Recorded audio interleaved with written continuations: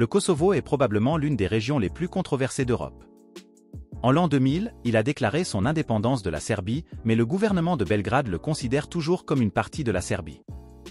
La situation est également controversée au niveau international. Alors que de nombreux pays occidentaux comme l'Allemagne, la France et les États-Unis reconnaissent l'indépendance du Kosovo, d'autres pays comme la Russie et la Chine se rangent derrière la Serbie.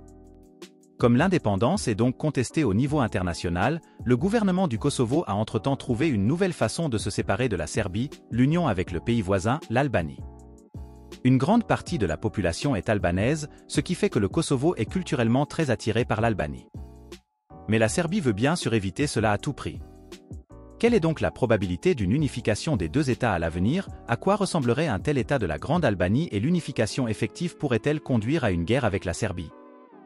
C'est à toutes ces questions que nous nous intéressons dans la vidéo d'aujourd'hui. La colonisation de la région par les tribus albanaises remonte à l'époque de l'Empire ottoman. Les Albanais se sont convertis à l'islam dès le début, ce qui leur a conféré une position privilégiée au sein de l'Empire ottoman. Cela leur a permis de s'étendre sur un territoire bien plus grand que l'Albanie actuelle. Cependant, à partir de l'an 1910, l'Empire ottoman était sur le point de s'effondrer et plusieurs guerres ont éclaté dans les Balkans. D'une part, un État albanais a été créé, d'autre part, la Serbie est devenue de plus en plus forte. La Serbie a continué à s'étendre et à annexer certaines régions habitées en grande partie par des Albanais, dont le Kosovo. Et à partir de là, l'histoire entre le Kosovo et l'Albanie a été assez différente. Sous la domination serbe, de nombreux Albanais ethniques ont été opprimés et ont été limités dans la pratique de leur propre culture et de leurs traditions. De ce fait, des tentatives d'indépendance ont éclaté très tôt au Kosovo. Les Albanais se sont donc rangés du côté de l'Autriche pendant la Première Guerre mondiale, qui a également libéré brièvement le Kosovo de la domination serbe.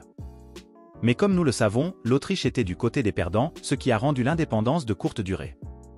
Ainsi, les politiciens kosovars ont déjà à l'époque mis sur la table l'union avec l'Albanie comme solution alternative. Elle s'est adressée aux Alliés lors de la conférence de paix de Paris, mais la demande a été complètement ignorée. Le Kosovo est donc tombé dans le giron de la Yougoslavie, dominé par la Serbie. Une autre tentative, réellement réussie, a donc eu lieu pendant la Seconde Guerre mondiale. Les forces de l'Axe ont fondé en l'an 1941 le royaume de la Grande Albanie, qui était sous domination italienne. Les régions du Kosovo habitées par des Albanais en faisaient partie. Mais même ce royaume fut de courte durée et prit fin avec la libération de Tirana par les Alliés. La situation d'avant-guerre a été rétablie et le Kosovo est revenu à la Yougoslavie. La majorité albanaise, qui représentait près de 90% du Kosovo, s'est révoltée à plusieurs reprises contre la politique de serbisation. Lors de l'éclatement de la Yougoslavie, le Kosovo a fait l'objet de combats particulièrement durs et la guerre du Kosovo a eu lieu en l'an 1898 avec l'intervention de l'OTAN. Par la suite, le Kosovo a été placé sous l'administration des Nations Unies, qui n'ont toutefois pas trouvé de solution durable. Ainsi, en l'an 2008, le Kosovo s'est déclaré unilatéralement indépendant, reconnu jusqu'à aujourd'hui par seulement 115 pays des Nations Unies. Le ministre des Affaires étrangères albanais de l'époque a déclaré très tôt que l'objectif à long terme devait être l'unification avec l'Albanie. Et ce plan d'unification a été soutenu depuis par presque tous les premiers ministres du Kosovo. Des négociations avec la Serbie ont eu lieu à plusieurs reprises, mais elles n'ont pas encore abouti. Le gouvernement aurait également déclaré la cession de l'enclave du Nord, principalement habitée par des Serbes, en contrepartie.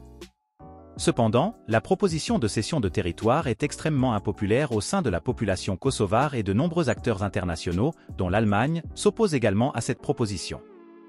On craint une nouvelle fragmentation de la région qui pourrait également alimenter les problèmes dans les États voisins de Bosnie et de Macédoine du Nord. D'ailleurs, lors d'un sondage réalisé en l'an 2000, 81% des Albanais du Kosovo et 62% des Albanais interrogés se sont prononcés en faveur de la création d'une grande Albanie, composée de l'Albanie, du Kosovo et de parties de la Macédoine du Nord.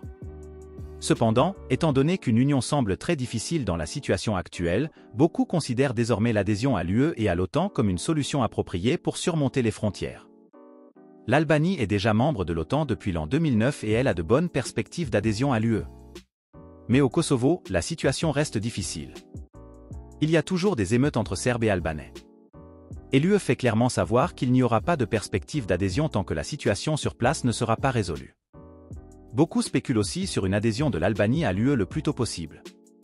Et en la rejoignant, le Kosovo rejoindrait également l'Union et pourrait ainsi se détacher de la Serbie.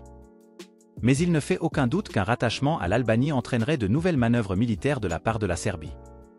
La Russie et la Chine renforcent leur présence en Serbie et l'UE voudrait certainement éviter une telle confrontation.